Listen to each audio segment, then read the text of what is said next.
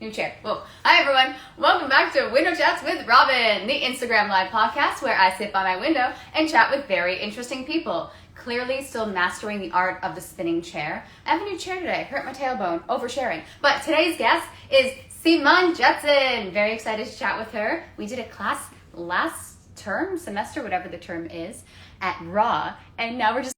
Okay, invited you in. Oh my gosh. Will it work? Let's find out. Da, da, da, da. Oh my god, it worked! Hi! Oh, you're so beautiful. Look at you. I wore something athletic because you're always doing something athletic, and I thought, okay, got to get into my Simone state of mind. Okay. I almost wore my Muay Thai shorts, but I thought that might be a bit much. Well, I mean, you can't see the bottom, so it's fine. Oh, yeah. Luckily. Oh my god, you've got like this angle going on. Are you happy with the framing, record? Yes, I am. Okay. Thank you. This will do. I'm good with this. Yeah. Yeah. It's and the window's behind. Yes, I'm by my window. I appreciate that everyone just does it by their window. There is no obligation to the guests, but they've committed, and I appreciate it. It's a theme. It is. I know, it's a weird theme. Like, I guess everyone has a window for the most part. So, you know, you hope so. Unless you live in a basement with no light, which is terrifying. But, yes. Now it seems more like a weird situation, right? Pardon? That's where my room is, in the basement. I have like a tiny window, so I'm allowed to come upstairs once in a while. They let you up every now and then. Okay. Yeah. Yeah. I love those tiny windows. You go like, what is this? How much light is this supposed to give? I don't understand. Anyways. I think it's a formality. They're just like, we need to say that there's a window down there. So cut a little hole. Legally, there should be a window. I see that. Yeah. So how you doing? I'm doing well. Yeah. I love that. It probably seemed like it was going to go somewhere, but it did. I know. I was going on a journey with you. Oh, well, and yes. Okay. So career-wise, it has actually been quite good. I was working on like a couple projects and they're finally coming out now, like slowly. So that's good. One of them was Sunshine City, and I went to the premiere, and it was like so weird because I watched it at home because I was cutting footage for my demo reel. But when I watched it and I watched people watching it, it's such a nerve-wracking experience because like when you say a joke or there's a situation on screen and it's a joke, I'm like, are they going to laugh? Are they going to laugh? And then when they finally laugh, you're like, oh, thank God. Like they got it. They understood, right? Oh, so stressful. I can only imagine. It's, well, because you know what, part of it too, I don't know if you struggle with this. Sometimes I really hate watching my work. Yeah. Because, you know, sometimes I step away from something and I go, oh, I wish I would have done this. Or, you know, if only I did this instead. And then you go, okay, you know what, it's done. And you learn and grow, blah, blah, blah, all that jazz. But also kind of dying on the inside when people watch it and you go, oh, I guess they liked it, but I know I could be better. But then, but then it's like you take that with you, right? You gotta, I say that, I'm like clearly in a weird mental headspace right now. But I could always be better, Simone. Okay.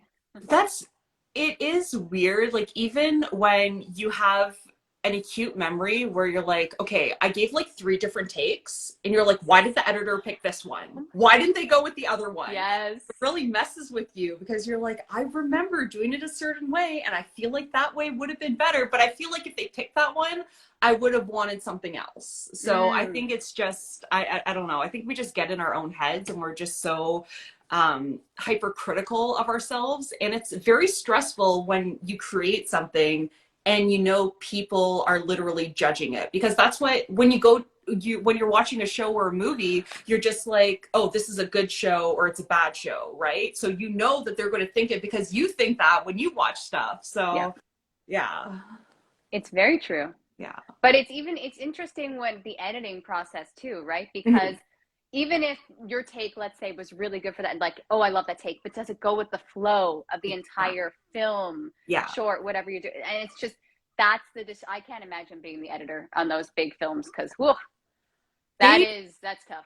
They really set the tone because I know when I did Sunshine City, I thought the humor was one way and I played it one way. And I had this image in my head about how bubbly the show would be and how ridiculous my character would be in the show, because she was such a like a foil to the pleasantness of the main character, and because my character is perpetually miserable all the time. And one of the lines in the show was that, yeah, she's angry, but being angry makes her happy. So, and the main character in the show, she was just always so bubbly and so lovely and so pleasant. And so I thought that it would be like her character would be more comical. But then when I saw the final edit, it was kind of like a dark comedy. And I was like, where did this come from? Like, literally, the editor was able to do that. And I just thought that's crazy to me. Oh my, I'm laughing so hard because I'm remembering I did this day player role as a reporter. Mm. And so I go on, and it's literally for the soccer, like these kids were in a soccer club. So I'm just going in playing a reporter, and me being so sarcastic all the time, I just played it, you know, friendly reporter. Mm. And then I see the final cut, and these kids, it was so funny, and they were so kind of raunchy for kids. And I thought, I could have gone there.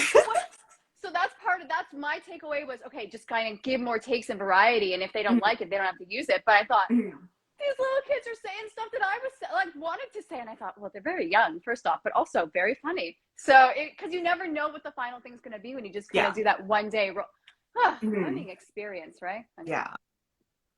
Oh, I'm so excited. So can we see Sunshine City? It's out on Bell 5 right now, and hopefully later it'll be on more platforms. That's very cool. Yeah. I love when it finally comes out. I never, you know, when you finish it, you go, I want to see it now. Where is Yes. it? Let's go. Okay.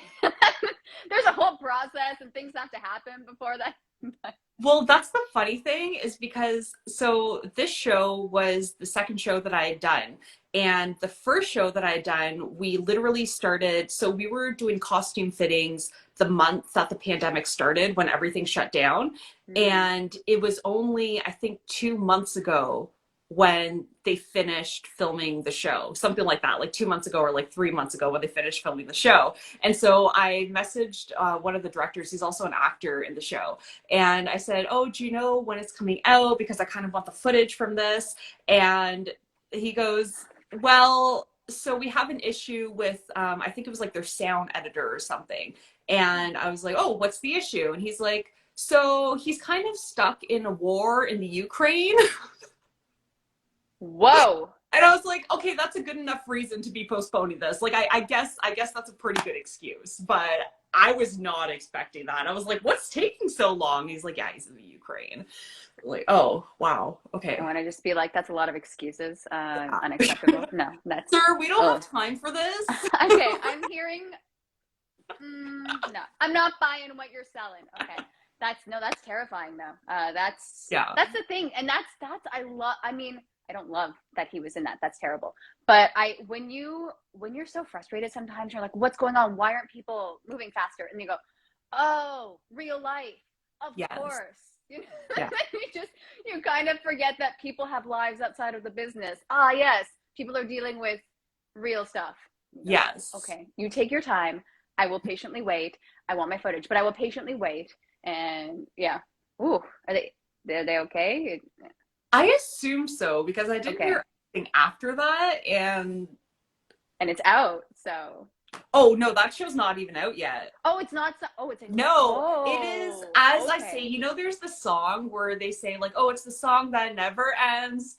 That it goes on. Show to me. I'm like, it is the show that never ends, and I don't even know what's happening with it anymore. Yeah, because it's actually called Dream Job, and it's fitting because I feel like it's just like a dream to me. It's not even real yet, so maybe when it comes out, it'll be like Real Job. I don't know. Oh, wait, how did you get this one? So actually, I was training at the LB acting studio, and Classic. It was, I was doing my second round, like ever doing acting with Daniel Baumander. And so he was like, get out there and audition for stuff, right? He's like, it's good practice. So I thought like, I'm not going to get anything, but I'll just practice. So I saw this casting call on Facebook on like the Toronto actors group. And I thought, oh, that role seems pretty interesting. Like a badass, bad bitch CEO. And so I applied, and then I just kept getting further along in the process. And every time I got further along, I was like, okay, but this is it, right? And then the next time I was like, okay, but this is it, right? And then when they were like, we chose you, I was just kind of on the phone like, are you sure? Are you sure that you want me? And oh my gosh, my first day on set, I was so unprepared, like skill wise, just because I guess like you can have, you know, natural instincts and stuff like that, but that still doesn't make up for the technical components that you lack. And I remember they kept asking me to redo this take, and they're like, oh, can you do it this way, can you do it that way? Mm-hmm. And in my head I thought, oh, that's because I'm messing up, right? Like that's why they're asking me to do it all these ways. And then finally this actor on set, he was my Lord and Savior, Ed Pinker. He's like, just so you know, because like you could see I was getting like maybe like a little flustered. It's like, just so you know, they're not saying that because you're doing a bad job. They're saying it because like maybe the lighting's wrong, or like maybe the sound was bad. He's like, and they want different emotions also. There he is. There's the Pinker. Ed, way to save Simone. Good job. Okay. I was talking about how you're like holding my hand through Dream Job, and you were like very reassuring and very helpful. So like, I don't know how I would have survived that set without him, because like he was a very calming, mature, experienced, you know, presence on set. And I was just like flailing around like somebody who didn't have like a life jacket. I did not know what I was doing. I still don't really know what I'm doing, but I feel like the more training that I get and the more experience I get on set, the more I know what I'm doing. But I'm still not really, I wouldn't consider myself super confident in my competence, but I can fake it for a while. Well, that's the thing, you gotta fake it. But yeah. Here's the thing, I remember watching you do scene work, and then I thought it was brilliant, and then you're like, man, whatever, it was okay. I mean, so I think we're our toughest critics, 100%. Yeah. But it's just so, the fact that, when did you start acting? When did you get into it? Literally, I would say probably like 5 months before the pandemic started. Well, great time to start, right? Yeah, yeah. I mean, but maybe yes, because you're kind of, the playing field was a little level, right? Because it's self-tape. So maybe, do you feel like you had an advantage, or like that it was a disadvantage, or neutral? I think I was lucky because I had only done one in-person audition, which was for Dream Job before the pandemic started. And so I have a lot of friends who were acting for a long time, and they were like, oh, the switch to self-tapes really messed me up because I didn't have that chemistry with people in the room. And, you know, maybe I'm, you know, using Zoom to have my reader there with me, and it's not the same as having somebody in the room with you. Mm-hmm. And I never developed those attachments. So I think, so like now I don't even know how I do in the room, because I'm so used to, you know, like my little self-tape setup, and you can do as many takes as you want. But I remember reading somewhere where an acting coach said, treat your self-tapes like you would an actual audition. So don't give yourself 10 opportunities to do the self-tape. Like if you can't do it in 3, then you're not ready to be doing the self-tape. So in the beginning, it was crazy. Like for a really short self-tape, I would maybe take like an hour or maybe more just to, I'm like, oh no, that's not perfect. Or like, I don't like how I said that word, so I'm just going to redo it. And then you edit yourself so much that the final product just isn't very natural. And so yeah, ever since I switched over to just doing it in like 3 takes or less, it's really changed, I guess, I think the authenticity of what I'm creating. For sure. Yeah, and that's the thing, right? And it also, if you get used to doing it, having so many takes, like, oh, what are they going to give you 20 takes on set? What? Yes, exactly. You get 1 or 2. Let's go. Okay. Yeah. Oh, sorry, a giant bird just flew up. Unexpected. Why are they flying that way? Downtown. Okay. But that's, I remember when we were sharing our stories at Raw, and you shared your, it's such a powerful story for like how you became an actor.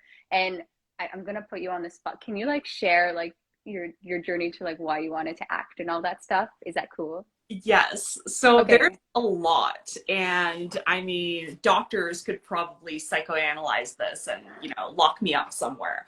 But so Basically, so my first job, I was working in politics and it really stole my soul. And one of the weirdest things about politics is that you're always kind of acting and you always have to be something different to everybody because that's how, I guess, like you make connections to people in the constituency. And I found I always wanted to be an actor. I loved, Indian films and cinema and stuff like that.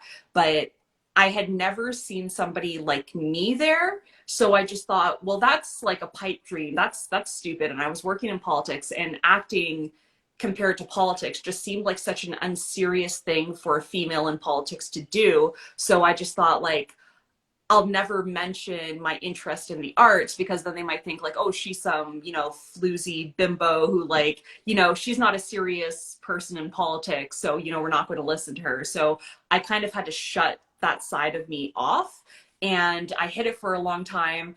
And then finally, when I graduated high school, I remember I was just so disillusioned with politics. I went and I worked in Ottawa for a little bit. And then I was working in India in politics. And I just felt like so much stress and negativity, and also a big, I kind of felt empty when, you have a dream that you have and you've had it for a long time, and then you're living a different reality. And I just felt like something was missing, even though I was kind of enjoying what I was doing, it just wasn't fulfilling to me. And then, so finally I came back to Canada and I was like, oh, I don't really know if I want to be involved in politics anymore. And then I had like a bunch of health issues. And so my series of health issues kind of like reset my life because I stopped being involved in politics. I wasn't able to continue due to whatever was going on. And then I just realized, like, well, I'm not involved in that world anymore, so I might as well just like kind of do what I want now. And so I moved to India, and I took part in like a pageant in Korea, and I was trying to like kind of get into like this whole world, and I was trying to get experience and like putting myself out there more because I was very introverted.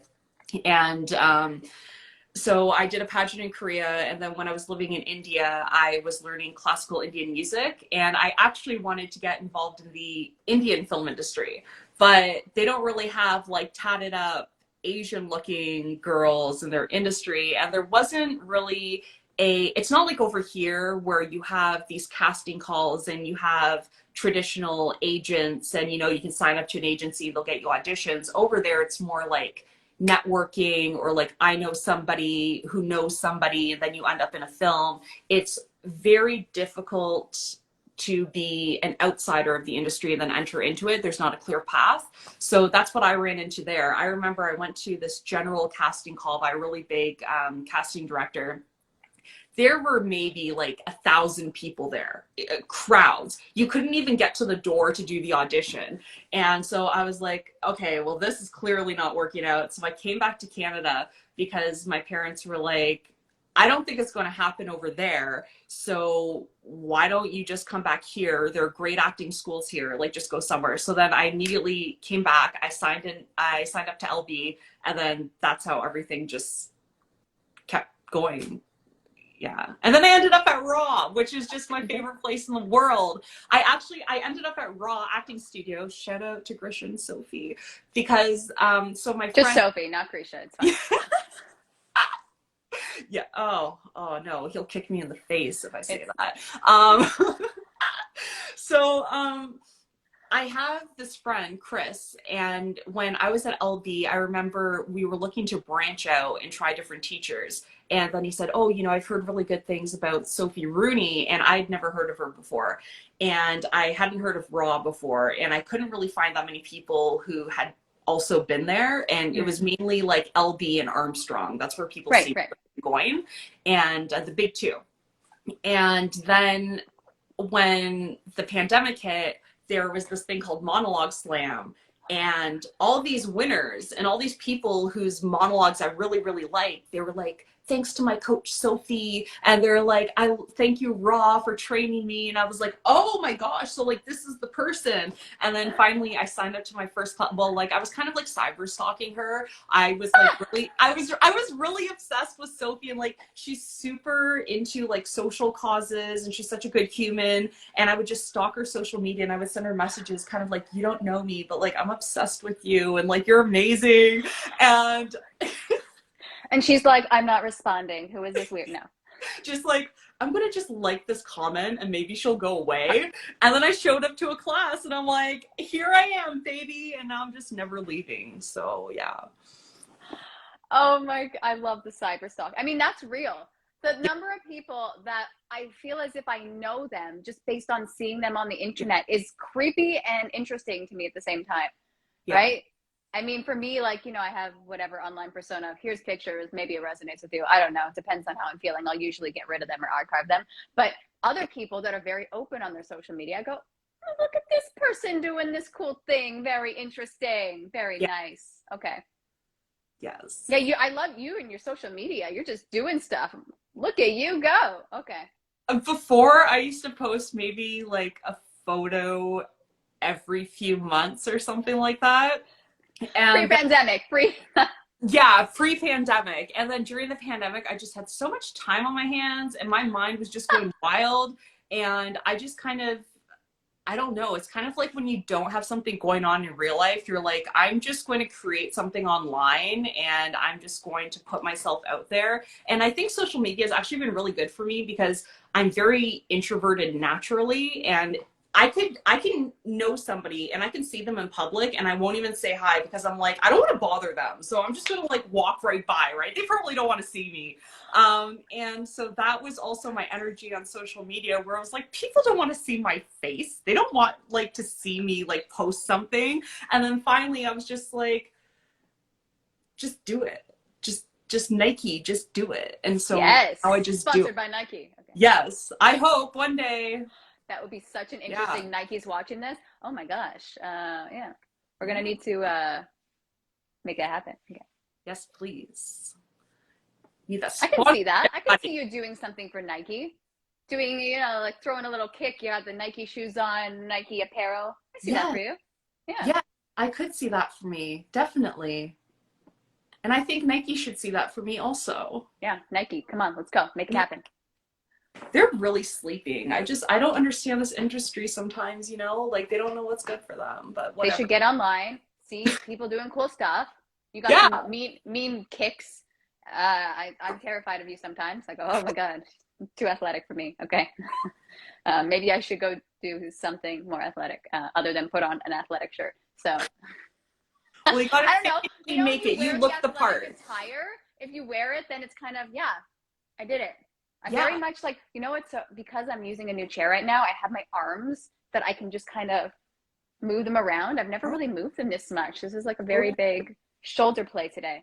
So yeah, this is an overshare. I'm trying to do that now. I don't like oversharing, but here I am. Really? Because that is my life. I remember there is this meme and it was like a dentist and his patient, and then the dentist says like, open up. And then the patient's like, I just feel sad sometimes.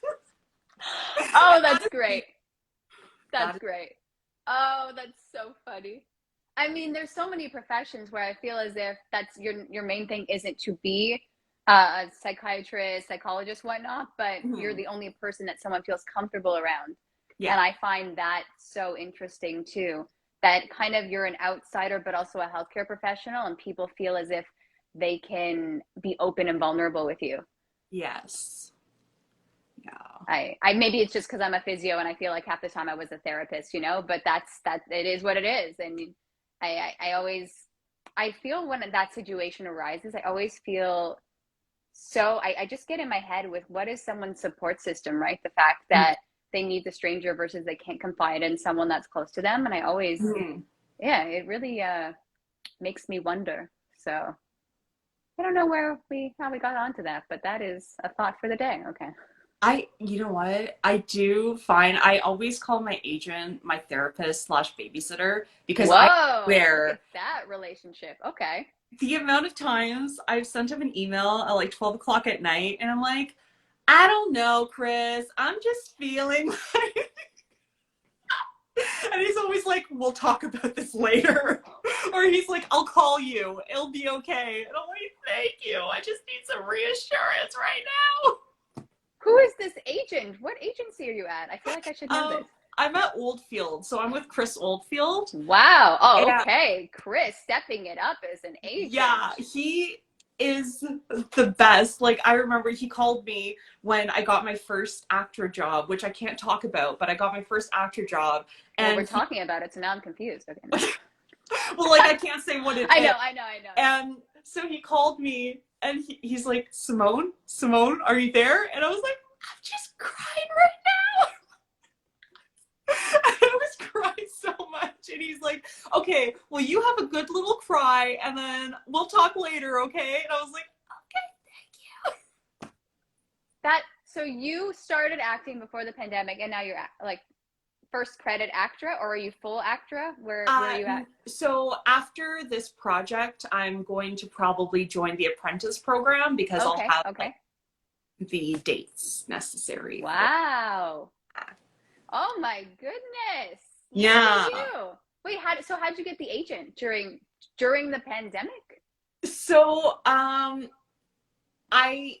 I signed on to Sunshine City, like I hadn't signed the contract yet, but they had picked me, and I'd already done Dream Job, so I had some footage from that, and basically I was just cold emailing people because I was really afraid to apply anywhere because I thought, who would want me? Why would they want me? Oh, and slapping you. Okay, well, wait, what's your pact? Okay. And slapping is in the pact. You can do that. I'm good with that. Well, now I know. Okay. Yes. Just no pinching. I just don't like pinching. And so I was doing this feature film, and one of the guys on set, he was also an actor in the feature film, and he was like very paternal. He was very good at showing me the ropes and explaining things to me. And he's like, you're going to have to bite the bullet sometime. And he's like, I'm going to help you write your email, like your cold email to agents and stuff like that. And so we were sitting there, like, he helped me write the whole thing, and it was really amazing. Michael Pearson. And so he helped me write my cold email, and then like I just changed it a little and added my little sass and my emojis and whatever. I didn't do emojis, but like I think I did smiley faces. I have a problem where like I can't not do a smiley face because otherwise I feel like the email's too serious and just too heavy. So I like to take that edge off of it. So so I sent an email, and most of the agents ignored me except for two agencies, but they were like two of the bigger agencies that I'd emailed. They got back to me, and I was like, are we sure right now? But so I had a meeting set with one of the agents, and then Chris, my meeting with Chris was supposed to be after the meeting with that other agent, but then Chris had to, I believe, like bump up the meeting. And so it really, thank you, Derek. I know, thanks, Derek. Okay. Cool. And so it really worked out because when I met Chris, like it was raining, and so the bench, we were at a park and the bench was wet, and so he pulls out a handkerchief from nowhere and he just sets it on the bench, and I just thought, I love this man. Like, what a gentleman! I know. Who does that? To be with me forever. And so that's when I was like, Pikachu, I choose you. So I told him, I'm like, I don't want to meet with the other agent. I said, I love you. Like, I want you to be my agent. And then he's like, just so you have no regrets, I want you to meet with the other agent. And I was like, okay, but like, I'm coming back to you. And then I met with the other agent, and they were like, oh, so we really like you. We really like your look, but we just don't think that you're like there yet. And because of the type of agency that they were, they're not looking to really develop people, right? Like they want somebody who's already there. And I guess, like, I understand it would just take too much work. And the amount of babying that Chris does for me, my God, like they probably would have kicked me off their roster within like a month or something. They'd be like, this is too much. We can't handle her. She's not worth this. But Chris, bless his heart, like him and Lily, they are the most patient people. I have so many like existential crises where I'm just like, I don't know sometimes. And I'm like, why am I getting all these recalls but no bookings? And then I had actually, oh, this is the funniest thing. So I love that you just turned to Southern, like, I don't know. So like I had this I had this like weird moment where I was doing like recall after recall, and I was like, oh, so close, it's so close. Like out of like these 6 recalls, I have to like get one, like maybe, and then like nothing. And so I hadn't had a recall in like maybe a week. So then Chris called me, and I was like, oh God, like, is this like a bad news call? Because I don't know why else he'd be calling me, because phone calls are so serious. Like, you can email me, bro. Oh, I love phone calls, but go ahead. Oh, I just feel like they're just so serious, you know? Like when somebody calls me, I'm just like, now I'm on the spot. I can't even think of my response. Like I have to tell you right now. Like that's so much pressure. Like that's just how my brain works.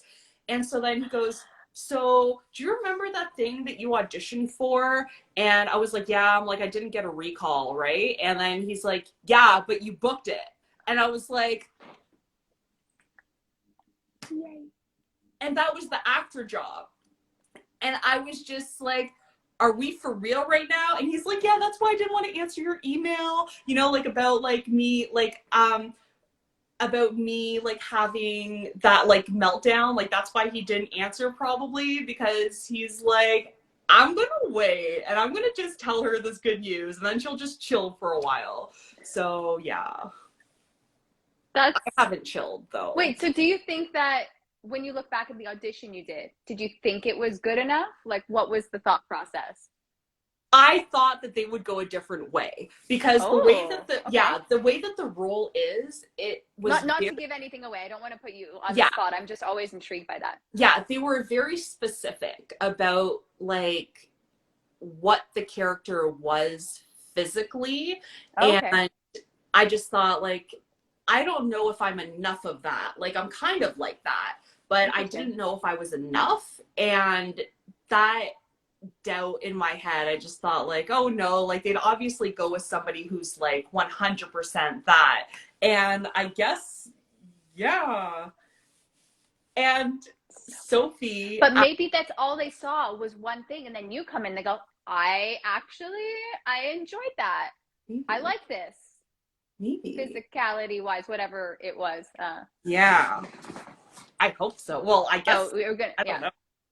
Yeah. Did Sophie have to talk you off a ledge as well? Wait, no, not talk you off a ledge. No, that's right. I'm like, wait, when do you jump?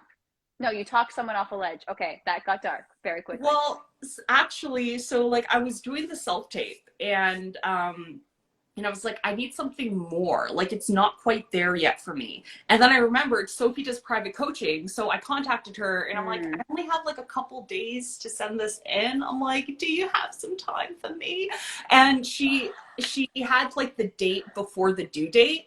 And I'm one of those people where when I get a self-tape, I want to do it immediately. Like I don't want to wait last minute. So I was like, oh, this is like pretty crazy. So I filmed it myself when I had like, so I would have something in case I didn't like whatever went on in our session. But then she just brought this whole world to the character that I had never thought that far or read that much into the script, because when I got the script, it felt like very out of context and bare bones for me. And so I thought like, oh, like what else can you really bring to this? And then she's like, we'll do this, we'll do that. And she's like, and then you do this, and then it's going to be really nice. And then when I watched the audition, I felt like, oh, you really created a world. Like you weren't just saying the lines, you could picture what was going on. And I was just like, that's the power of Sophie. And then recently I had this other audition, and it was the same kind of feeling. She didn't coach me for it, but I was thinking, what would Sophie do? What would Sophie do? What would Sophie do?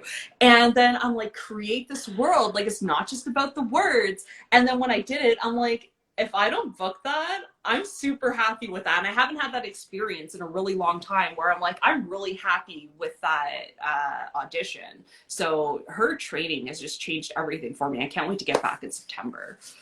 Ooh. Yeah. That's so like, this is not sponsored by Raw. We just appreciate the Sophie. Okay. Yeah. We pay them money and then we say nice things about them. Even I though know. What is kind this? of be the other way around. Yeah. Hey. No, but I think what's so powerful, and that's why, like, when you find a coach that can bring that out of you and can help, when you read the script, you go, I don't understand what this is. Okay, what are they, why are they sending me these signs? What do they want to see? And then Mhm. someone goes, this is what it is. And you go, of course that's what it is. Mhm. Why Yes. didn't I see that? So I think whenever anyone can find the coach that resonates and gets that out of you, I Mhm. think that's something that's so powerful, right? Because I think so many people that are actors, they can do it. They just misinterpret the audition. Yes. At least that's what I'd like to think. Because there are times when I'm watching someone self-tape and I go, okay, has potential, like I see it and I get what they were trying to do. It just wasn't there. And Mhm. and so much of me is going, oh my God, like such a good look for this role. And this could totally be their role, but there's something missing and it bothers me. Yeah. Because, you want everyone to do well and so I can see when once you find that person that gets it out of you, and then but not even that, once you believe it yourself, and once you Mhm. go, okay, how can I make this better? How can I bring the world to this character? Mhm. It's so career changing, Mhm. right? Mhm. Instead of like a boy, even a one liner, right? Like, okay, here's a line. Like, okay, what's a human? Like, not the actor. What is the human side to this? Okay, done. So I had an audition for a one-liner, and I'd never done a one-liner before. They're And it is great. exactly what you were saying. I thought like last week I did this like 5-page audition, just like words on words on words. I'm like, I got this. It's one line. I was woefully underprepared. Okay, that was the hardest audition I've ever done. So Literally hard. 3 words. I forgot one of the 3 words. Okay, and I was like, what is going on? Like, this is crazy to me.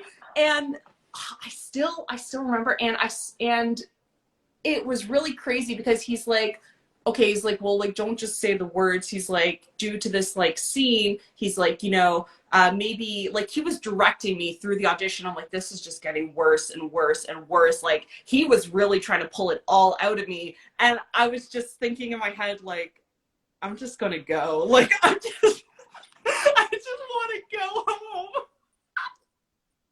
Wait, was this an in-person No, audition? no, I was in Zoom, but I wanted to go home. Like that was my I just wanna end the room. yeah. I wanted to take my weighted blanket and just like cover myself in it and just give myself a hug. I was like, this is so bad. I'm never going to be seen by them ever again. Like Oh, this is that's the the worst. worst. Oh, I hate when it's a redirect and then you just kind of keep making it worse because you're not understanding what they're saying. And then it's so funny because I go, well, why don't I just ask to clarify the redirect? Why Yeah. don't we just have a conversation? I know I'm not giving you what you want, but then it's like, actor Robyn, oh man, you're failing, you suck. You're not going to get this. Why are you even doing Mhm. this? I'm like, okay, let's just kind of take a breath, calm down. And let's have a conversation. Let's collaborate. Okay, you want this. I wish I could be that person when it comes to the Zoom because it's very unsuccessful. I think that's the problem is that actors kind of sometimes go into auditions where it's like you just feel lucky to be there or you feel like Oh you're yeah, asking for something sucks. like I want them to pick me, and that energy kind of translates into you not being able to talk to them like colleague to colleague. And I Mm-hmm. feel like if actors realize like without an actor they can't make their project, right? So it's like you need to think of yourselves like, yeah, you are applying for a job, but at the same time, it's not like you're begging for something. You're giving them your craft, you're giving them your audition, and that will potentially help them make their project. So once I started thinking of it more that way, I felt a lot more confidence in my Yeah. auditions where it's like we're both helping each other. Like we're both, in there to get to our goals, right? Mm-hmm. So if you ask them for an explanation or clarification on a redirect, then it's also helping them because now they can see they're not wasting their time with you as an actor. They can see that you can actually do it and, you're somebody that they could work with potentially. Well, it's also you're listening, right? Instead of Mm-hmm. just kind of nodding and go, yeah, okay, I got that. You're just clarifying that this is what they want, right? Mhm. Like, okay, cool. So they're actually, instead of just nodding, yeah, I got this. Oh crap, what is it? I don't understand what it means. Let me just pull something out of a hat and just figure out if that's what they want. Mhm. Okay. Yes. I'm so excited for you. I'm so proud of you. Oh my gosh. But you know what? One of the most powerful things that you said when you were introducing yourself, I have weird memory, but you're like, I can't remember how you phrased it, but you're essentially like, there's no one like me on screen. And I think your mom said, you're going to be that role model for younger generations. I'm like, oh, I need her on my podcast. Oh my God, I'm dying on the inside. It was so beautiful. And oh, anyways, it was powerful. I love that. And I see that for you. Thank you. For those who are watching who don't know, I am half Tibetan. So, I mean, that's the funny thing about, like, or that's one of the things that has really pushed me and motivated me is that, you know, you have more and more Asians on screen. And back in the day, you know, we did have Jackie Chan and like Jet Li, Bruce Lee, like stuff like that.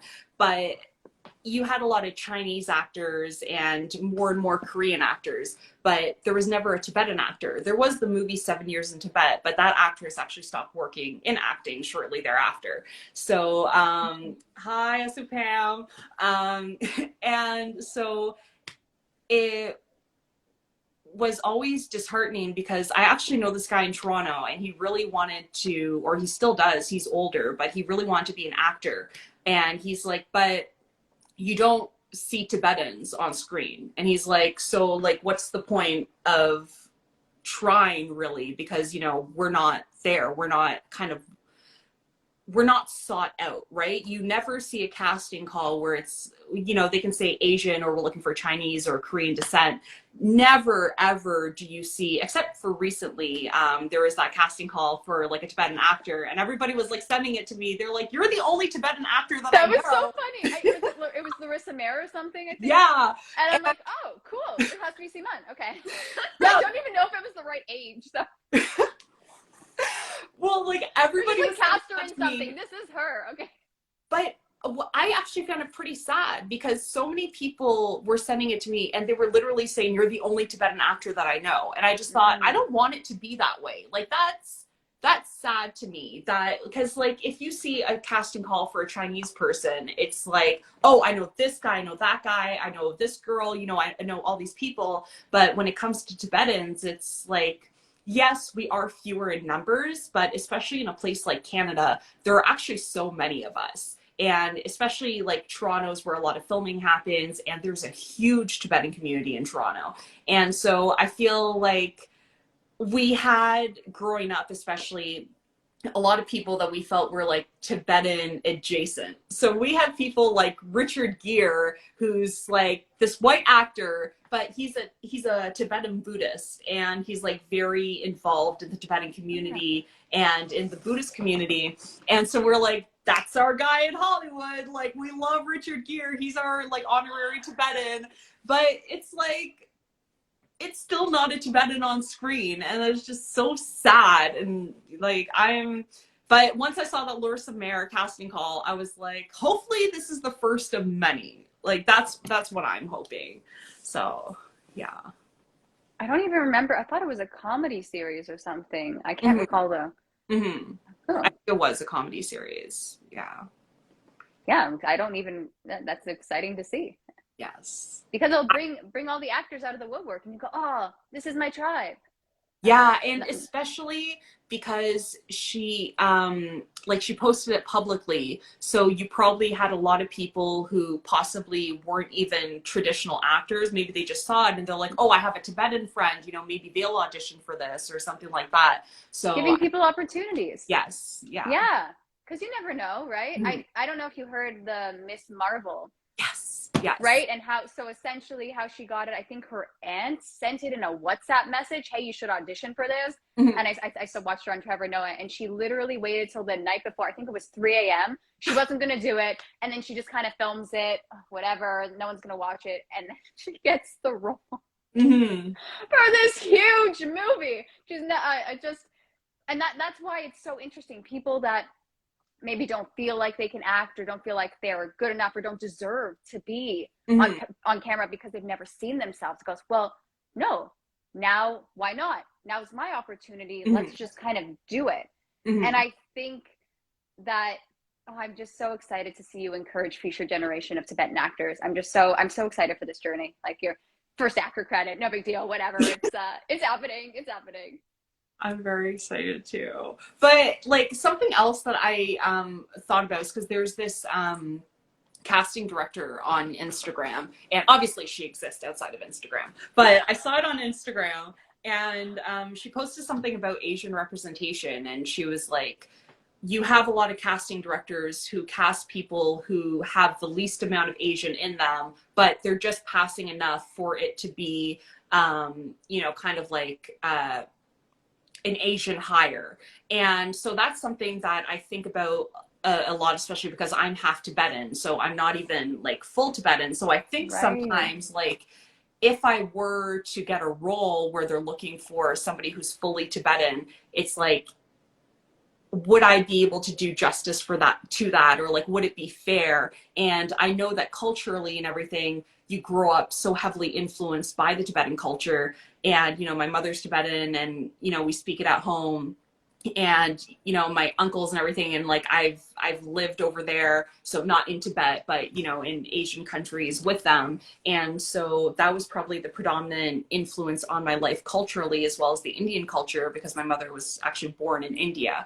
But I do struggle with that sometimes, where I think like, I don't know how to explain it, but like, especially when I go into auditions where they're like, we're looking for somebody who's, you know, white. And I'm like, well, I'm half white. So do I, you know, fit in there? They're like, we're looking for somebody who's Asian. And I'm like, well, white people see me as Asian, and some Asian people see me as white. So it's like, I don't really know where I fit in, right? So it's something that I personally struggle with, where I see myself one way, but then you also have to take into account how other people see you as well. And yeah, but it varies so much from person to person, where possibly I could probably tell myself at the end of the day, like, does it really matter? Because everybody will have a different opinion on if it's acceptable or not. But I do feel, I would feel guilty, I think, if a bunch of people audition for a role where they're like, we want somebody who's like fully this. And I'm like, I'm half of that. And it's like, did they just hire me because I look half, right? Like, I don't know. It's so interesting. Yeah. Ooh. Well, I think of that. I mean, I know back in the day before COVID, I was just going out for ethnically ambiguous. I'm like, Yeah. okay, sure, whatever that means. Well, I know what it means, but I mean, but it is part of how casting see you, how production sees you, Mhm. right? But it is interesting that part of me, you know, if I were to get someone that's Spanish, or I'm like, well, I'm not Spanish. But you know, actor in me is like, well, can I be any role because it's acting? But then, you know, authenticity, well, no. What Mhm. if someone else should get that role because that Mhm. is who they are? And it's so like, that's part of, so I'm Jewish, and I'm seeing a lot of people that aren't Jewish that are playing Jewish characters. Mhm. And it's like, part of me wants everyone to do the research and learn more about what Judaism is, and Mhm. take that time just so everyone can be well versed in, you know, my culture. But then another part of me is like, it's like, if you're Jewish, you should have the opportunity to play the Jewish roles, because there's a lot of Jews in the industry, right? That's just what I think. And I don't know, and it's just so weird because no one's like, oh yeah, the Jews are underrepresented, because like no one thinks that. But that kind of thing is like, and even if I were to get a role and I'm like, well, am I religious enough to do Mhm. justice to this role? Like, have Mhm. I experienced this enough? Like, yeah, I kind of grew up a certain way, but like, I wasn't truly ultra orthodox, so would Mhm. I do justice to that role? So it's just such an interesting kind of like identity crisis. Am I allowed to do this role? Will I bring it justice? Like, Mhm. I don't know. I always identity crisis every time I get something like that, but it's rare. But if I do, I'm like, well, I don't know. Mhm. Is that fair? Will I do, or if someone else gets it, I'm like, will they do it justice? Will they put the Mhm. work in to learn about that? Like, maybe I should do it because I know it a bit more, even though I'm not fully Mhm.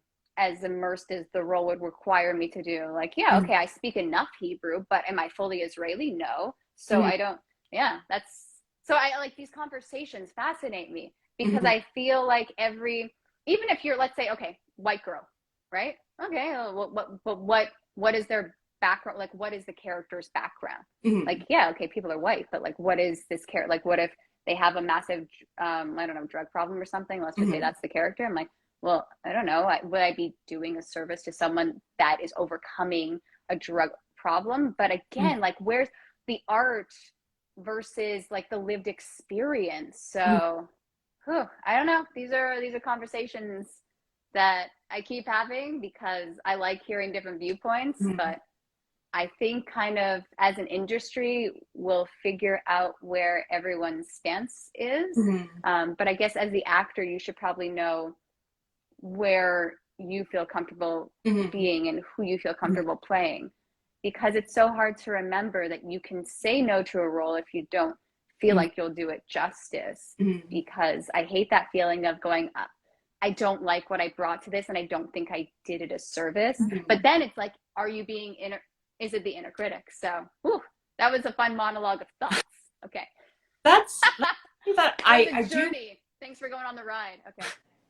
I do wonder though, especially in the beginning when you're bringing up stories on screen that haven't really been shared very much. Right. I wonder sometimes is if it's enough that they're just starting to do that. Like, oh, Oh, true. even if say we can't find like something like a Jewish actor, I feel like there are very few excuses to not find a Jewish actor to play a Jew. Like you know, like there are enough of them. I mean, look, Bradley Cooper directs his own movie. He's going to make himself Jewish. That's fine. Whatever, I guess. Look, he's not a bad actor, Yeah. but he's not Jewish. Okay.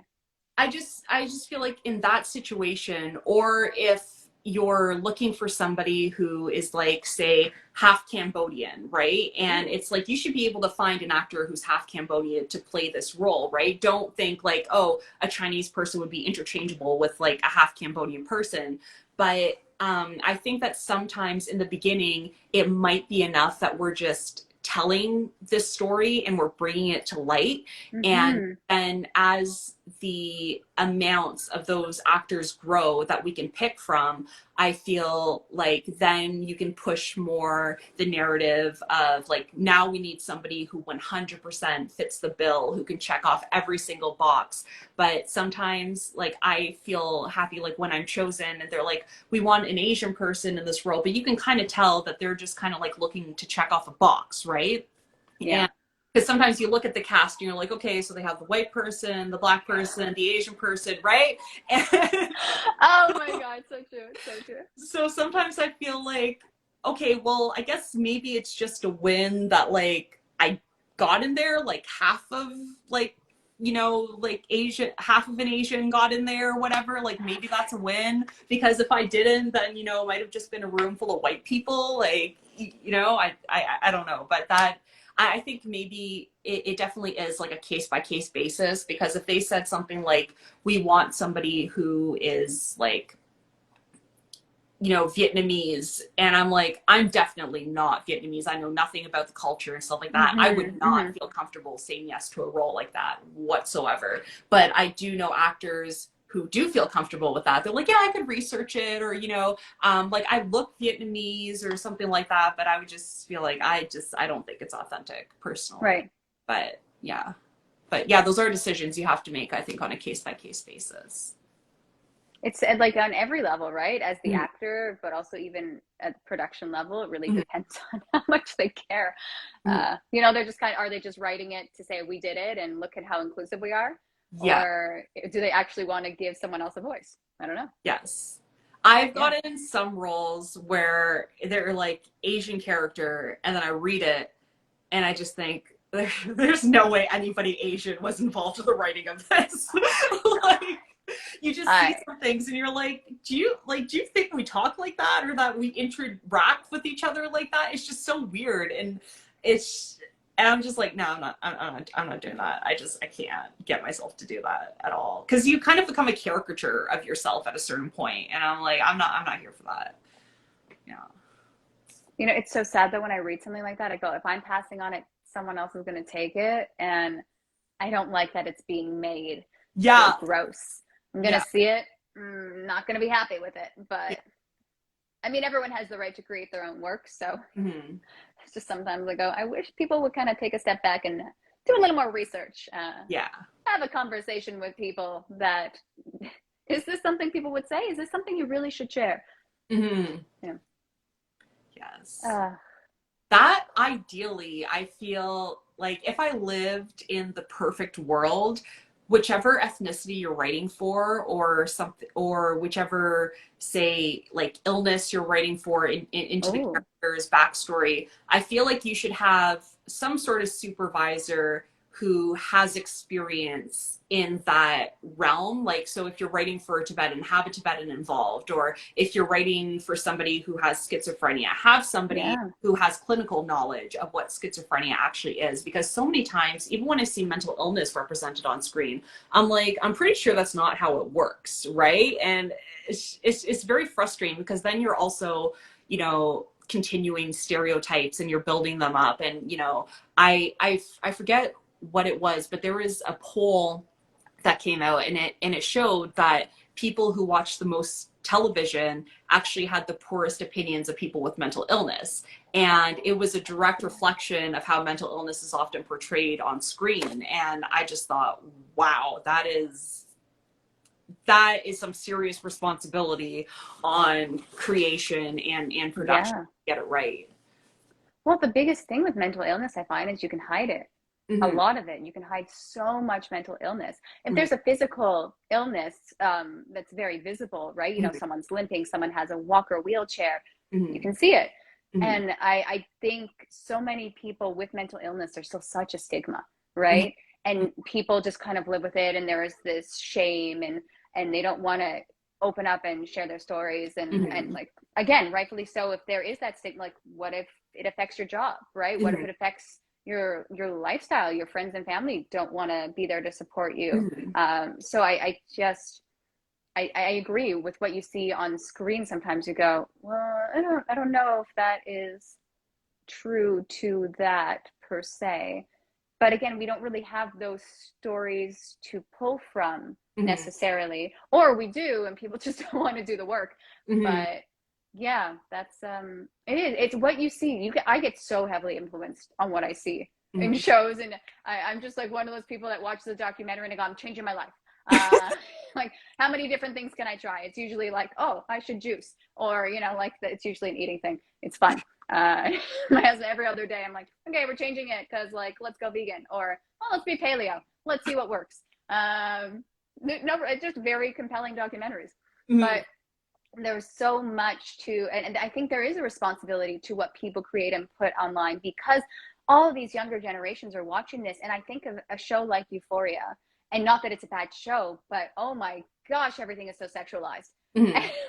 I'm just, and part of me, I don't have kids, but I'm like, oh my God, if I had kids, like, would I let them watch any television? Would we just become Amish? You know, no screens, no going on Instagram, because then you're going to hate your body. And you're just going to, like, just compare yourself to everyone because you can. Oh, it's just a scary society. Ooh, very passionate about this stuff. So, you know, I can tell.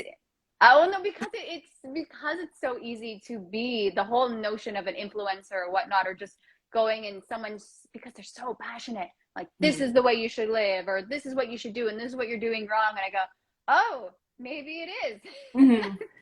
Well, wait a minute, who were these people? And then you kind of do a look into it. You go, I don't know who you are, Miss 16-year-old child. That is somehow affecting me more than I'd like. Oh God, that was so funny in my head. That's the humor is real. There's a place of truth in that, but it's yeah. I was forcing myself to stop talking because I was just going to keep rambling. Yeah. I have a lot of thoughts, and then people come on and we chat, and then I express the thoughts sometimes. More so on this chat. You're very easy to talk to. You've been my therapist for this chat, so thank you. Okay. You're welcome. I am it's here great. to facilitate whatever people need. Yeah. But you know what? I love having a conversation with someone that's just kind of open and like, let's explore ideas and exchange thoughts.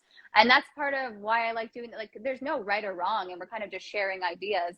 And like, yeah, I don't know, I just think it's so important to have these discussions instead of shying away from them. Like, what is equal representation? How does a person feel if they're, like what you're saying, half Tibetan, not fully Tibetan? How do you feel with that? Mm-hmm. And one of the things that I find so interesting, and I don't, if you're comfortable talking about this, so I mean, your name is spelled Simone to me, but it's pronounced Sea-monn, Yeah. right?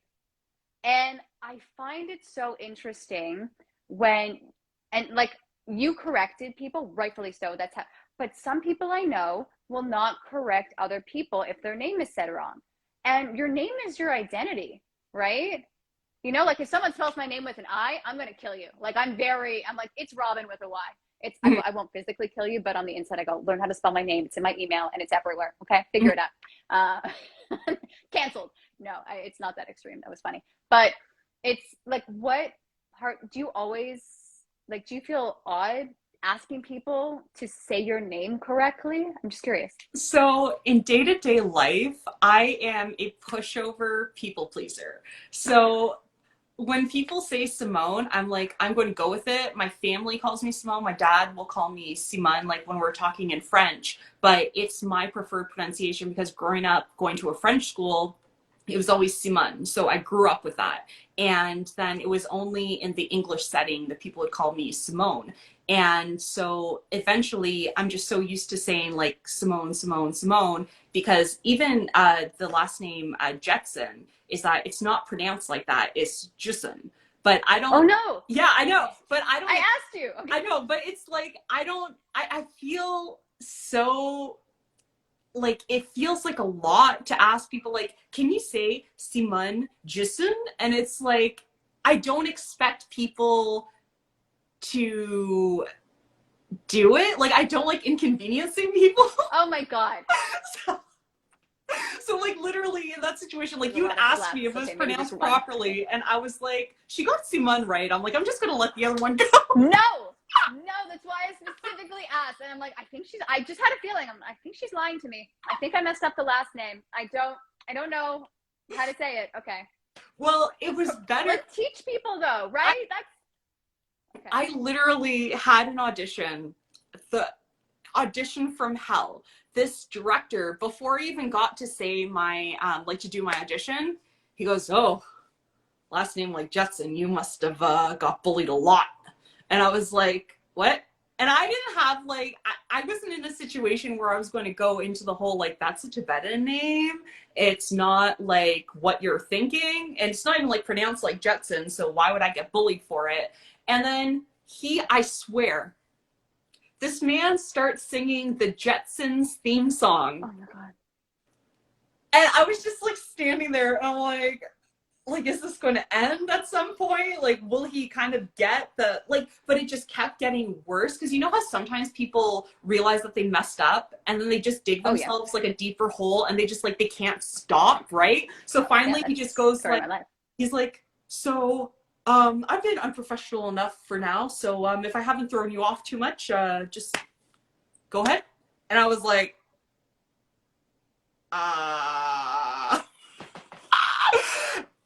and yeah, but I feel like in that situation also is that sometimes, especially when you feel like a minority, you're like, I don't want to be that inconvenient minority. Like, I don't want to be that, like, you know, high-strung Asian woman, or like the stereotypes that some people have in their heads about like Asians sometimes, where it's like they're very controlling, or they can be like very, you know, like intense, you know, like the whole tiger mom kind of idea. And I find it very difficult sometimes to speak up for myself, because I'm like, I don't want to be that person where, you know, then the white director will be like, oh, well, she was really difficult to be with. She, you know, she was like Asian, all about like, oh, this is the history of my name and whatever. So I decided to just not say anything and just like kind of take it on the chin, unfortunately. But then I sent an email to my agent and I'm like, this really weird thing happened. And I was like, I don't know what to make of it. And he was so sweet. He's like, just so you know, girl, I've got your back 100%. He's like, if you want to say something, you could say something. And I was like, oh, maybe I will next time. Maybe I will. Oh my. It's, oh my God, that's a disgusting situation. Yeah. Oh, I didn't like that. I felt I gross. I couldn't believe that it was happening when it was happening. I was like, Oh, you reflect on that, and it's so funny because I don't know if I would say anything either, but mm, I reflect and I go, here's what I wanted to say. You yes. know? Oh, because there's people like that, and I've heard so many stories, and like, ugh, and and you're just kind of shocked.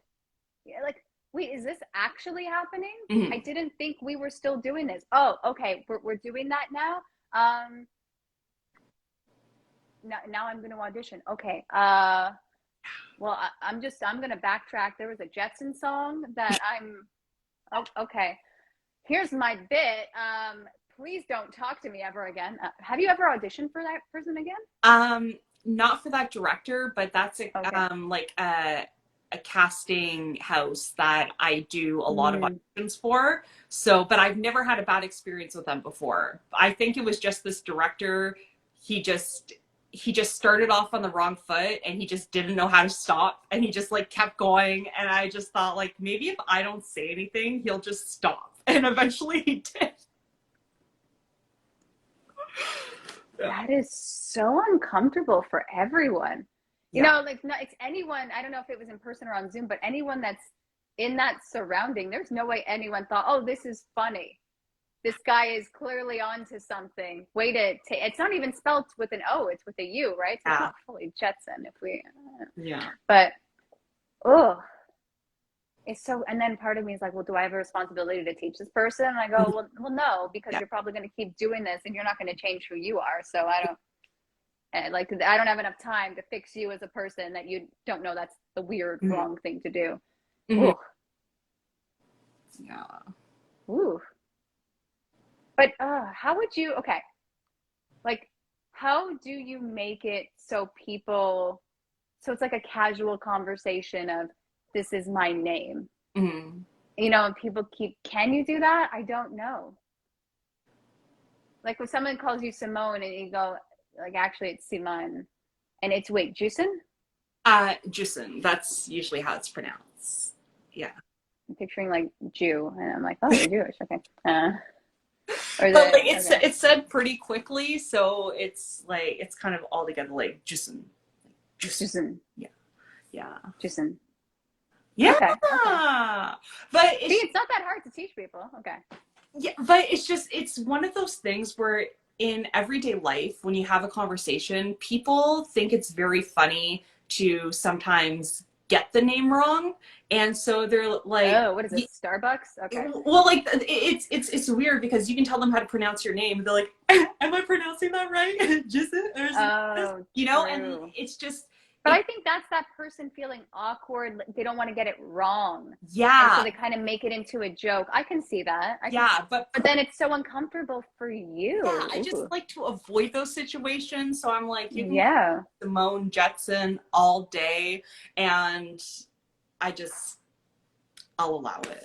Like even like Timothy Chalamet, like the way that people pronounce his name, I'm like Chalamet, like, and even in interviews, like he'll say Chalamet, and I'm like, isn't that like a French name or something like that? And you see that a lot where it's just very westernized, and I just think like I guess you know I don't know because I wouldn't also expect somebody from say a country that has severely different pronunciations of their words for them to be able to get it right as well. So when English is such a commonly spoken language throughout the world as like a second language or third language or first language, I find that pronouncing it in that way might be the most universal way to get it across. And sadly, that does, you know, kill off the culture behind the name at some point. But hopefully, you know, the ones who know. So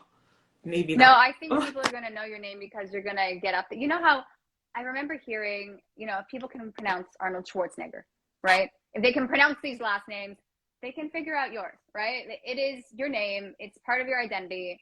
Why would, like, but it's also so, it's so hard because it puts the onus on you Mm, to be there and get people. So I don't know. The name thing is fascinating to me. Yes. The name thing of you should just change it to make it easier for people to get it right and be more comfortable. Mm-hmm. I think that's the other person's problem if Mm-hmm. they're not willing to take the time and say the name correctly. But Mm-hmm. it's also, if you're not comfortable in that situation, you don't have to do it. So Mm-hmm. I don't know the, I guess, solution per se, but again, fascinated by the conversation. Yes. I think you're gonna, once you get full ACTRA and be like, oh, can I have Simone? Like, can I Ju-su-n? Can I? Yeah, let's just have her. And then you'll just go by your last name. Like, yeah, that's who I am. Would you do that? Would you just go by one name? Ooh, cool. That'd be cool. Like Madonna. Yeah, I don't Hey. know. I feel like I'm just like not in the Madonna realm or the Cher realm where I could say that. Like, I can't even dream of that at the moment. I'm just happy I have my actor gig. I see you being, I don't know, I guess you're not, are you musically inclined, or is it more like the physical, is it Muay Thai or kickboxing? What is it? Or a combination? So I do MMA, so mixed martial arts. Okay. We have grappling, which is Brazilian jiu-jitsu, some judo, and some wrestling, okay. and then you have the striking, which is like boxing and Muay Thai. Just for fun? You had some anger issues you had to get out? What's going on? Okay. Well, yes, there's that. But also, I always wanted to do action films. Like, I grew up loving Jackie Chan and also Angelina Jolie when she did Tomb Raider. And I'm like, she's such a badass. And Jackie Chan's such a badass. But there's so much diversity to the work that they can do, and I always wanted to do that. And I was always a weightlifter, so I had the muscles and the physique, but I had no skill that was applicable to any of these situations. Like, if they need me to lift a car, maybe, I don't know, maybe I could pretend to and it would look legit, but when it came to actual fighting skills, I had none. So I was talking to my agent Chris the first day that we met, and then he said something like very casually, I think, about like joining classes, and immediately I was like, I'm going to do that. And then I joined like an MMA gym that's like 5 minutes away from my house. And now I go like every single day. I'm just obsessed. I'm addicted. I can't stop. And now my body feels like it belongs to an 80-year-old woman because I just hurt all the time. I wrist locked myself the other day accidentally. I was punching the bag and I was wearing these like really bad wrist straps or like hand wraps, and they weren't wrapped properly. And I don't know what I was so uncoordinated that day, and I punched the bag and my wrist went like this. And so I ended up wrist locking myself by punching the bag. And when my coach told me, he's like, you know, you basically wrist locked yourself when you punched that bag. And I'm like, I feel like the biggest idiot in the world right now. I mean, I don't really know the mechanics behind a good punch, but I would just kind of probably do it inadvertently. Yeah. Well, do you have to keep it relaxed? How do you prevent a wrist lock? Well, Let's get a lesson. So you should be like punching straight, like your wrist, like you can go inside like that, like for a hook. So you'd be like slightly bent if you're doing a hook. Ooh, but ooh. It shouldn't ever go like this. There's never a reason to go like this. Yeah, and that's what my wrist did. So it went like this, and I punched, and then it went like that. And I throw with a lot of heat, so it was very traumatic for my wrist.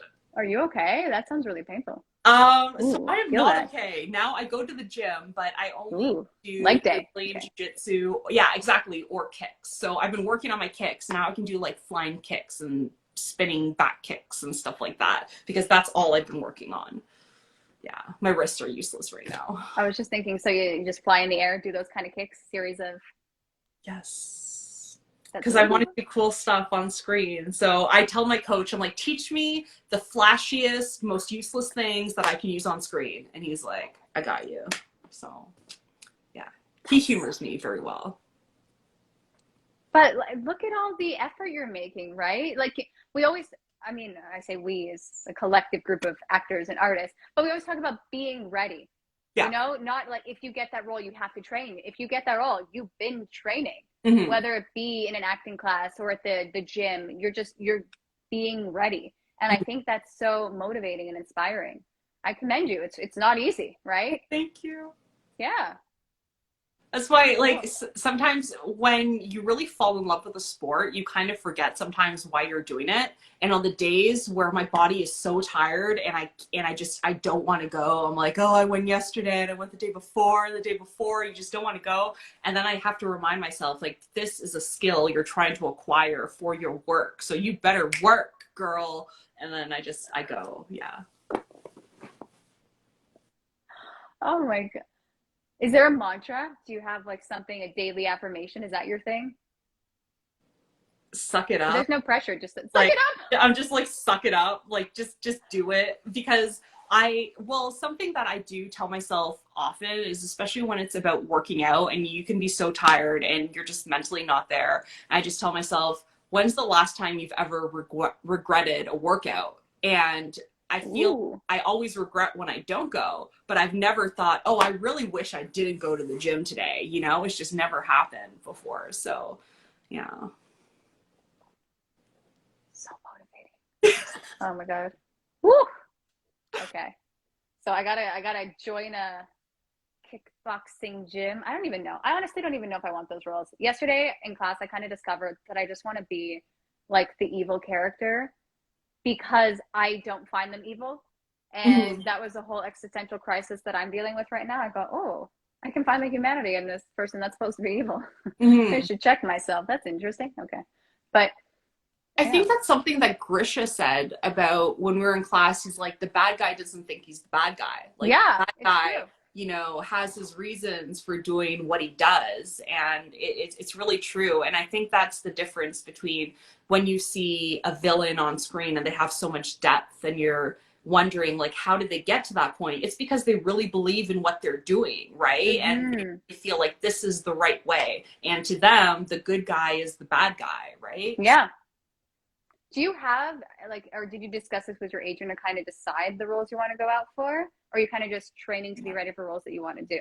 I'm just training. I've never auditioned for anything that was action based.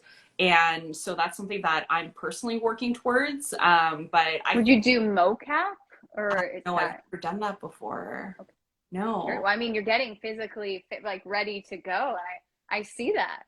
Oh, that would be interesting. But those are things that I feel like at a certain point once, because right now basically my agent and I were talking about how he just wants me to be seen by like as many people as possible and get in For the room sure. times as possible. So I haven't been with him for that long. So I think right now we're just kind of doing that. And then as things progress, then you can kind of have more of a specific vision as to where you actually want to go. Because right now it's kind of like, if I get any role, I'm like, thank God they chose me. Like, I can't be picky, beggars can't be choosers.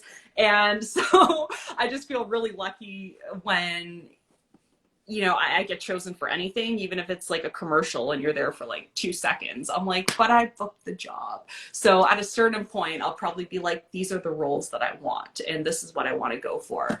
Because, yeah, I actually saw recently there was a casting call for the show Robin Hood. And I was like, oh my God, this character's perfect. This is everything that I want to be. And they're like action based and they're like tatted up. And I was like, I want this. And then they said, Black actresses. And I'm like, oh, not for me. But like that, when I saw that role, I was like, I hope he submitted me for that. And then when I saw the description, I was like, oh, okay, well, have fun with that role. But that's the kind of stuff that like I would love to do, like a really badass kind of gritty show where you can just be a badass and like maybe kick some people and show off your tats. Because so far I think in all my shows I've covered up my tattoos, so that would be something interesting to actually like show them off. It Yeah. is really interesting the number of actors that have tattoos. I am terrified to get one, mostly because I don't want to not get a role because I have a tattoo. It's Mhm. very, but also part of it, if you have a tattoo, technically you can't be buried in a Jewish cemetery. That's a whole other conversation. Oh. Very interesting, but I don't think that applies to Holocaust survivors because they didn't choose to get a tattoo of numbers on their hand or their forearm. Mhm. But it's I love when people get a tattoo. I love the story behind the tattoo. Unless it's like I was drunk, but even that's kind of funny, right? Even that's I was with my buddies, we all got matching tattoos. That's also quite funny. And Mhm. there's just so much so much behind the making of it, right? Oh, I was working with this artist, and the tattoo artists are so passionate. Ooh, there is a passion there like I've never seen, or at least the ones that I've spoken to, because I find anything that I'm not really understanding fascinating, and I go, oh, you're literally a part of someone's body. Mm-hmm. That's like you've made this. They look at it all the time, and you've created that, and you've had that discussion. But ooh, would you create your own, or do you kind of just, Usually what are you feeling, I tattoos usually or send yeah? photos of things that I like, and then each artist has their unique rendering or rendition of something. So you could send the same photo to people and it would be completely different. So I just said, like, I really like cherry blossoms. I like, Asian kind of themes. Then she's like, oh, I have something for you. And then she just, like drew it. And I was like, oh, that's just beautiful. Put that on me. Yeah. So cool. Yeah. Did it hurt? Well, No, I have a very high pain tolerance, so it didn't hurt at all. We did like this arm in I think like a full in like one session or something like that, and I think it was like 8 hours or something. And I was she's like, "Do you need a break?" And I'm like, "No." She's like, "Okay, but I need a break, so I'm gonna go on break." I, well, that's a lot of, like, that's a steady hand, laser focus kind Yes. of job. Yeah. Oh my gosh, can you imagine? This is a tattoo artist. You go, ooh, okay, okay, a little not that I'm not saying this. Squiggling. Yeah, that's, ooh, 8 hours. My goodness, I can't even sit for that long. Okay, like even when we do these chats, I'm like, oh god, I've been sitting for over an hour. I need to stand. That's. Do you have a whole idea of like a collection that you are going, or is it like this is me and I'm done? Like, do you get addicted So to it? I'm curious. my story is a little sadder than most, like the reason Oh, why I got tattoos. So I actually had like a lot of scarring on my body. And oh, so I felt like for acting, they would rather see a tatted person than somebody who was like disfigured almost, right? So I thought that I was like, I'm going to get them covered by like a tattoo artist. So this tattoo artist actually, she was like booked for, I think like a year or something, but she makes special exceptions for people who have like scar cover ups. And so she's like, yeah, I'll get you in like in a couple months, whatever. So she got me in and she was like very good with working with me. And because I'd gone through a lot of treatments for my scarring where this medical practitioner like basically like mowed them down with it's kind of like a tattoo needle, but it doesn't have any ink coming out from it. So basically it like resurfaces them to make them flatter. And so after she made them flatter, then I was able to get them tattooed over. But that was like, that process took me like, I think a year. And then to get all my tattoos, I think like I got my final tattoos on my leg maybe 6 months ago or something like that. So basically, I just wanted to cover the parts that had scarring, and then I'm like, I'm done. Like if it was my choice, I would have never gotten tattoos, but because of the situation, I was like, I'm just going to roll with it. And yeah, yeah. is that when you were injured, or when you just Uh, said you were sick, or? no, so when I was growing up, I had a lot of issues with so this is the dark side of the podcast. Oh, we don't have to. We don't have to discuss it. I was just. We Oh don't no, have to that's share. okay. Like I'm actually Okay. very open with these things because I feel like a lot of people deal with these things, but they never really talk about it. For And sure. so growing up, I had like a pretty traumatic childhood and I didn't know how to process my emotions. So I would like take out my frustration on myself. And so I dealt with like a lot of self-harm issues growing up. And it was actually kind of interesting because I never really knew what was wrong with me. I'm like, why can't I just be like a normal person? And like my emotions were never stable and I acted out a lot. And so one doctor, or like when you're younger, they don't diagnose you with bipolar disorder because they say like you need to be in your 20s or something to be diagnosed with that. So something that you often get misdiagnosed with is borderline personality disorder, where like you can't really regulate your emotions. And there's like a long history in my family of bipolar disorder, but they still didn't take that into consideration because of my age. And so it was actually only recently that I was diagnosed with bipolar disorder, and they were like, and when it happened, I was like, Hallelujah, like everything makes sense, right? Like it runs in my family. It's something that like I suffer from these like very low lows where it'll just like hit me like a Mack truck and I can't do anything. And all the medications I was on would actually, because they put me on like antidepressants, sometimes they would actually make it worse because it's not treating what it should be treating. So I was on so many medications, but like I wasn't getting better and I felt like I was just getting more depressed. And apparently it's because I was on the wrong medications. And then finally when they changed my medications, like just like completely new person. But it was funny because I was in Sophie's class and I had this it was my most recent class with her, and I had all these lines, and because of the new medication I was on, I couldn't learn the lines. Like my brain was like really foggy. So one day she was talking to me, she's like, what's wrong? And I was like, I can't learn my lines, I'm so sorry. And then she asked me why, and I just like, we were sitting like in a corner in her room, and I was like crying, and she was hugging me. She's like, it's okay. And then she's like, you don't have to learn the lines. But I was so hell-bent on learning the lines. Like I like barely slept. I was just like all day, I was just like learn lines. And finally my last day when we did that at the showcase at the end of the class, and when I finally like I got all the words out, and I was trying so hard not to cry because I was just like so happy I knew all the lines. So yeah, that's my little story. Oh my gosh. Yeah. But that I can see when we were talking earlier about mental illness and it not being portrayed correctly. I can see how that's really affects, you know, anyone with bipolar or anyone that has a mental illness that they're seeing on screen that's not accurately portrayed. Yeah. And again, I didn't mean to push, but I appreciate you sharing this like story, right? But I think it's so frustrating with the medical system when it's, you know, that you're not being treated correctly and you know something's not working. Like, no, it's fine, we're right. And you go, excuse me. So I'm glad like the new medication is working. Is that?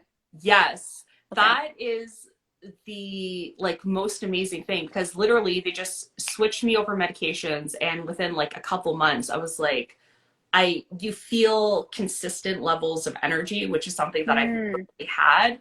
And before I was like very impulsive, and I would do these things from a place of like intense emotions. And that was one of the most difficult things for me actually when I got diagnosed, is because I felt like all of my decisions up until now had been influenced by something medical, like something chemical in my brain. And so it's like, I felt like I hadn't ever really lived my life based on my actual choices. It was kind of like, you know, like your medical disorder making those decisions for you. And I think back on so many things that I'd done, and I'm like, I wouldn't have done that. But I see now that that's why I had such an out-of-body experience, or I felt like somebody else was doing things instead of me doing something. And like now some of the things that like I would maybe like say to people, or that like the way that I would act out, like they would horrify me now in my current situation. But you just kind of have to, I guess, not be embarrassed by all the mistakes that you made, because you literally realize it was like out of your control. Like it's not your fault when you're dealing with that kind of thing. But it's hard when you grow so much and you just don't like the person that you were before.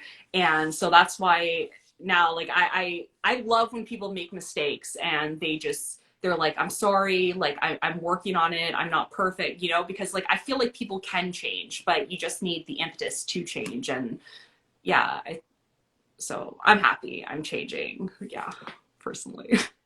Yeah. Well, it's a huge, and you know what the fact is, to be able to even share this, right? Like to not have the shame of, yeah, I have a mental illness. That's that. Okay. But honestly, like who doesn't nowadays? But the fact, like, I just think by sharing that, you've just kind of empowered so many people that are even embarrassed to be, okay, I know something's not right, but I don't want to discuss it. I'm just going to try and figure it out, even though I don't know how to, and just kind of feel so lost and isolated. And I think it's just, again, these conversations are so necessary. And I honestly really thank you for your bravery to share it, because, and not saying that someone that doesn't share their journey isn't brave, like that's their story to tell whenever it's right, if they want to at all. But these discussions are so powerful. And just like even figuring out, like, you know, it could be a misdiagnosis, right? It's, you know, doctors are just human, which is easy to forget, or whatnot, but it's such a powerful journey you've been on. Like, oh, I'm feeling so many things from this chat today, Simone. Ooh, It's so been many thoughts. it's Okay. been a long, short life. You've experienced so much of life, and I feel like you're still in your 20s. Yeah. Am I wrong? Yeah. Okay, yeah. You've woo. You like, that's the thing. When I hear this journey, I go, my God, what a powerful actor. Like, you've lived so many different parts of life that, oh, and you're still doing more, right? You're still like, okay, let's do something else. Let's explore another avenue. Let's keep going. And I think that's what is an actor, is just kind of someone that's experienced life. And I hear that a lot. And, you know, you don't always know what that means. And you go, oh, okay, well then, you know, listen to Simmon's story. That's an actor right there. Okay. Like politics, you're everywhere. Fascinating. Is there any final thoughts? Is such a, I always say that. Is there, but like, any final comments you want to share to like any actor watching this, or any artist, or anyone just watching this, that you feel like we haven't touched on something? I don't want to kind of just end and be like, I wish I would have said this. Something that I have to reaffirm with myself often is, if you believe that you can or you can't, you're right. So always better to just believe that you can and just go for it, because so many times I've said no to auditions because I felt like, oh, I'm not ready for that, or I maybe won't join. Like when Sophie wanted me to join the bar, I was so intimidated because I'd come straight to the master, and I'm like, oh no, my first thought was I can't do that. But Sophie was so adamant that I was like, okay, I'll just, if she believes that I can, I guess maybe I can.